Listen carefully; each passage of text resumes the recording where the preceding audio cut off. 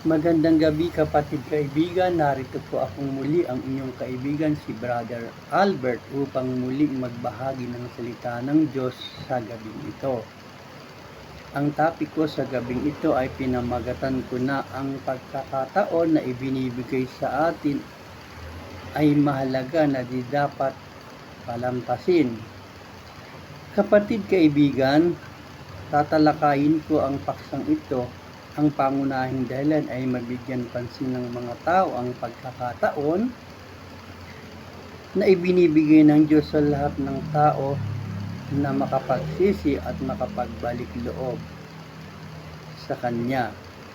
Mga kapatid kaibigan, ngayon at noon walang ipinag-iba ang panawagan ng mga apostol at mangangaral pati na ang mga alagad ni Kristo kung hindi ang magsisi at magbalik loob ang tao sa Diyos.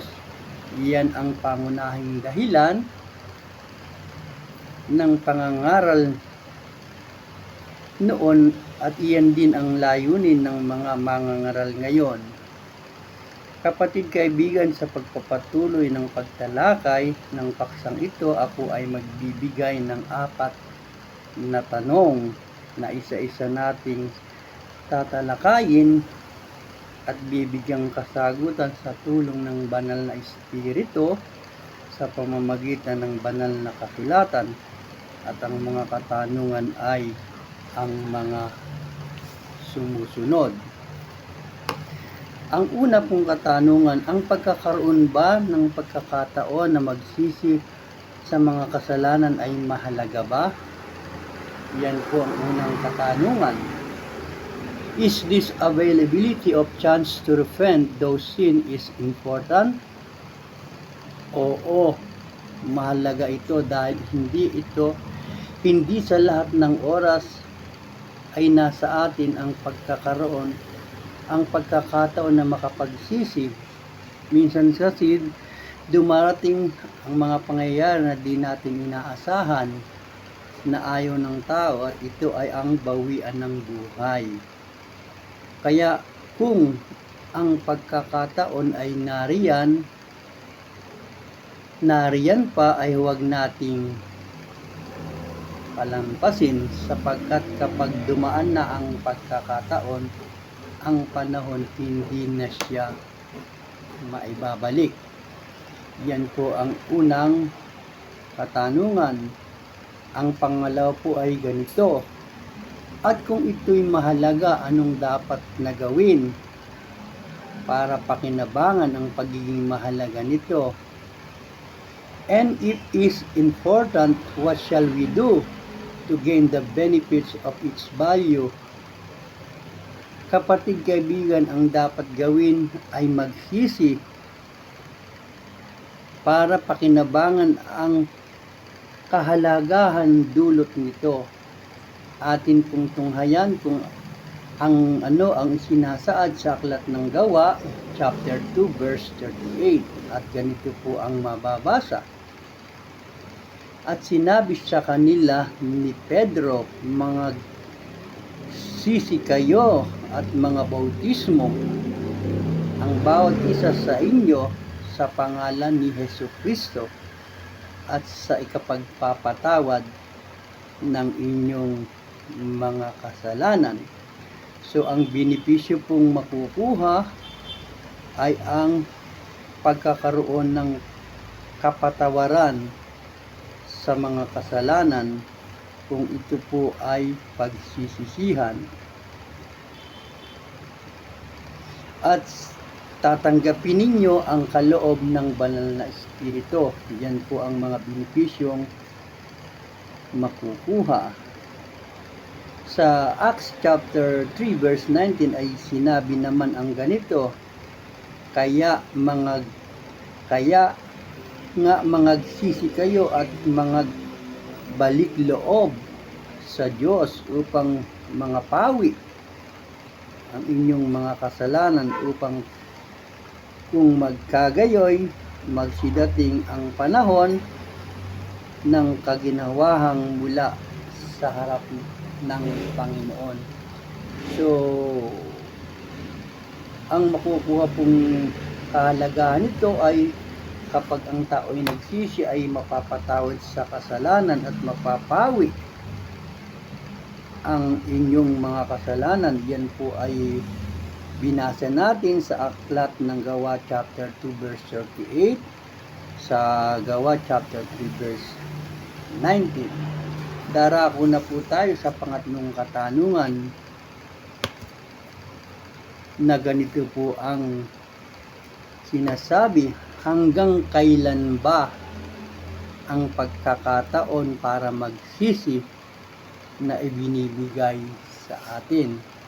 Until when the chance to repent is given unto us. Ang pagkakataon mayroon ang tao para magsisi na ibinibigay ng Diyos sa tao ay hanggat buhay pa sila. Ating alamin ang sinasabi sa Acts chapter 17 verse 30 na ganito ang sinasabi: ang mga panahon ng kahangalan ay pinalipas na nga ng Diyos. Datapat ngayon ipinag-uutos niya sa mga tao na magsisi silang lahat sa lahat ng dako. Yan po ang sinasabi na ipinag-uutos ng Panginoon na magsisi ang tao at sa lahat ng dako. Yan po ang kautusan na ibinibigay ng Panginoon. Sa Pahayag chapter 3 verse 3 ay sinabi naman ang ganito: kaya alalahanin ninyo ang mga aral na tinanggap ninyo, sundin ninyo ang mga iyon, pagsisihan ng inyong mga kasalanan. Kung hindi kayo gigising, darating ako sa oras na hindi ninyo inaasahan, tulad ng isang magnanakaw na hindi ninyo alam kung kailan darating. Kaya nga po, kung hanggang kailan ibinibigay ng Diyos ang pagkakataon sa lahat ay ng tao, kung ang tao ay buhay pa. Kaya nga po, hindi natin alam kung kailan ang buhay natin. Kaya nga po ang sabi doon po sa Pahayag 3 ay pagsisihan ng inyong mga kasalanan. Kung hindi kayo gigising, darating ako sa oras at hindi nyo inaasahan. Tulad ng isang magnanakaw. Ang kamatayan po kasi hindi naman inaasahan ng tao. May mga pangyayaring bigla na lang dumarating. O nabalita mo siya, hindi ba ang lakas-lakas pa nun, ba't ikapatay na? Kasi nga po wala namang nakakaalam talaga ng buhay ng tao. Ang Diyos lamang po ang nakakaalam kung gaano kahaba at kung gaano kaiksi ang ilalagay ng tao sa lupa. Kaya nga po ang pagkakataon ay dapat samantalahin ng tao samantalang siya'y buhay pa. Binibigyan ng Diyos ng pagkakataon ng tao para magsisi at magbalik loob sa Diyos. Yan po ay binibigay ng Diyos sa tao hanggat siya'y may buhay pa. Darako na po tayo sa panghuli at sa pang-apat na katanungan. Ang pangatlo po ay ang tanong ay hanggang kailan ba ang pagkakataon na binibigay? Ang sagot po ay hanggang buhay. Dito naman po sa pang-apat ang katanungan, ano ang mangyayari kung ang pagkakaroon ng pagkakataon na magsisi hindi nila nagawa samantalang buhay pa sila at dumating ang kamatayan? Mayroon pa bang pagkakataon na makapagsisi? Yan po yung pang-apat at panghuling katanungan. What will happen if the availability of chance to repent they didn't do it while they are still alive? and death came, are they have still chance to repent? Kapatid, kaibigan, nakakalungkot mang sabihin, wala nang pagkakataon na magsisi ang tao kung siya'y patay na. Ang pagkakataon na magsisi ang isang tao ay magagawa lamang niya samantalang siya'y buhay pa. Atin pong tunghayan kung ano ang sinasabi sa banal na kasulatan patungkol dito, at ito po ay mababasa natin sa aklat ng Hebreo chapter 9 verse 27, at ganito po ang sinasabi: at kung paanong itinakda sa mga tao ang mamatay ng minsan, at pagkatapos nito ay ang paghuhukom. So, ibig sabihin po, pag namatay ang tao, ang kasunod po ay ang judgment o paghuhukom. Wala na pong pagkakataon magsisi pa. Hukom na po ang magiging kasunod pagkatapos niyang mamatay. Ang pagkakataon na magsisi ay wala na para sa kanya. Kapatid, kaibigan, nais kong muling hiramin ang salawikain ng namayapang si Pastor Proceso Marcelo na ganito ang nilalaman: ang kamatayan ay tiyak, ang kasalanan ay pahamak, si Kristo lamang ang lunas. Kapatid, kaibigan, minsan lang tayo mabubuhay sa lupa at tiyak namang tayo'y lilisan sa lupa. Kapatid, kaibigan, nasa atin pa ang pagkakataon magsisi at makapagbalik loob sa Diyos samantalang tayo'y may buhay pa. Huwag natin palampasin ang pagkakataong ito. Habang may panahon, gawin na natin. Ito po ay paalala lamang bilang isang kaibigan na nagmamahal. Kapatid, kaibigan, kung gusto mong magsisi at magbalik loob sa Diyos, ay pwede naman. Welcome naman po yun. At ito po ay magagawa lamang sa pamamagitan ng paglapit sa Kanya sa paraan ng maiksing panalangin ng pagsisisi at pag-anyaya sa Kaniya bilang iyong Panginoon at sariling tagapagligtas ng iyong buhay, para kung dumating man ang kapahamakang dulot ng kasalanan, ang Panginoong tagapagligtas ay gaya ng sinabi sa salawikain, si Kristo lamang ang lunas sa kasalanang pahamak. So, kapatid, kaibigan, ikaw na nanonood sa bidyong ito, ay inaanyayahan kong sumabay sa maikling panalangin ng pagsisisi at pagtanggap sa Panginoon bilang iyong sariling Panginoon at tagapagligtas, at ang panalangin ito'y ariin mo na ikaw ay nananalangin sa Kanya. Kapatid, kaibigan, samantalahin natin ang pagkakataon, sapagkat gaya ng ating pinag-aralan, ang mga pagkakataon ay minsan lang dumaraan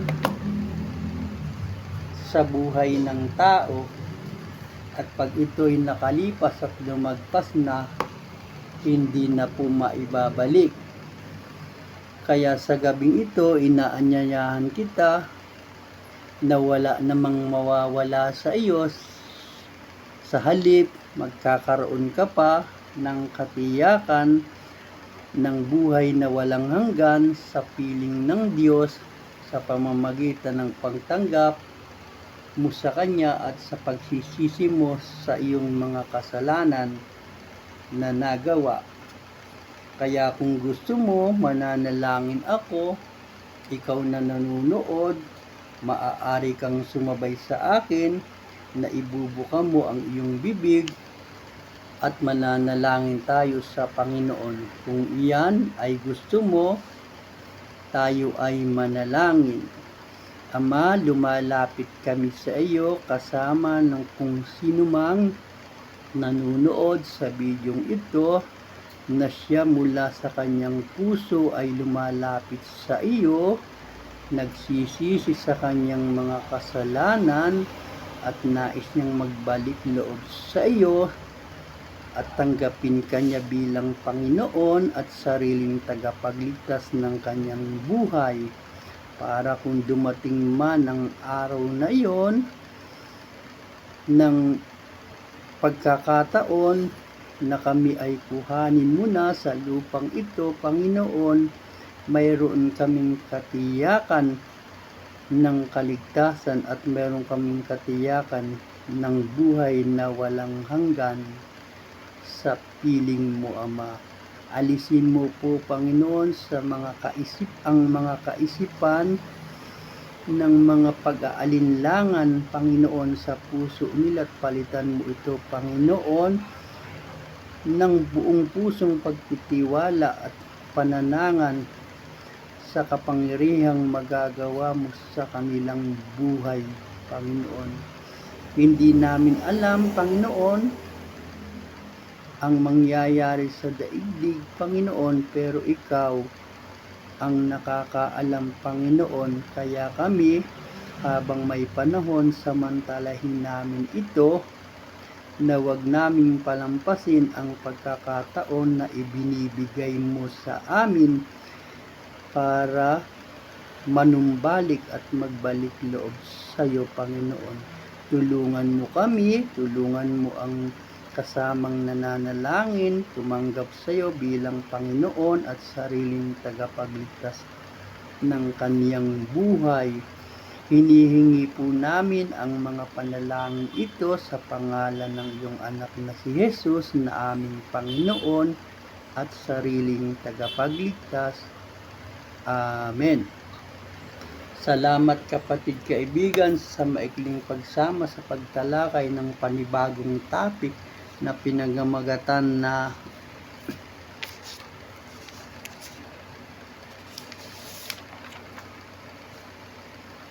ang mga pagkakataon na ibinigay sa atin ay napakalaga na di dapat palampasin.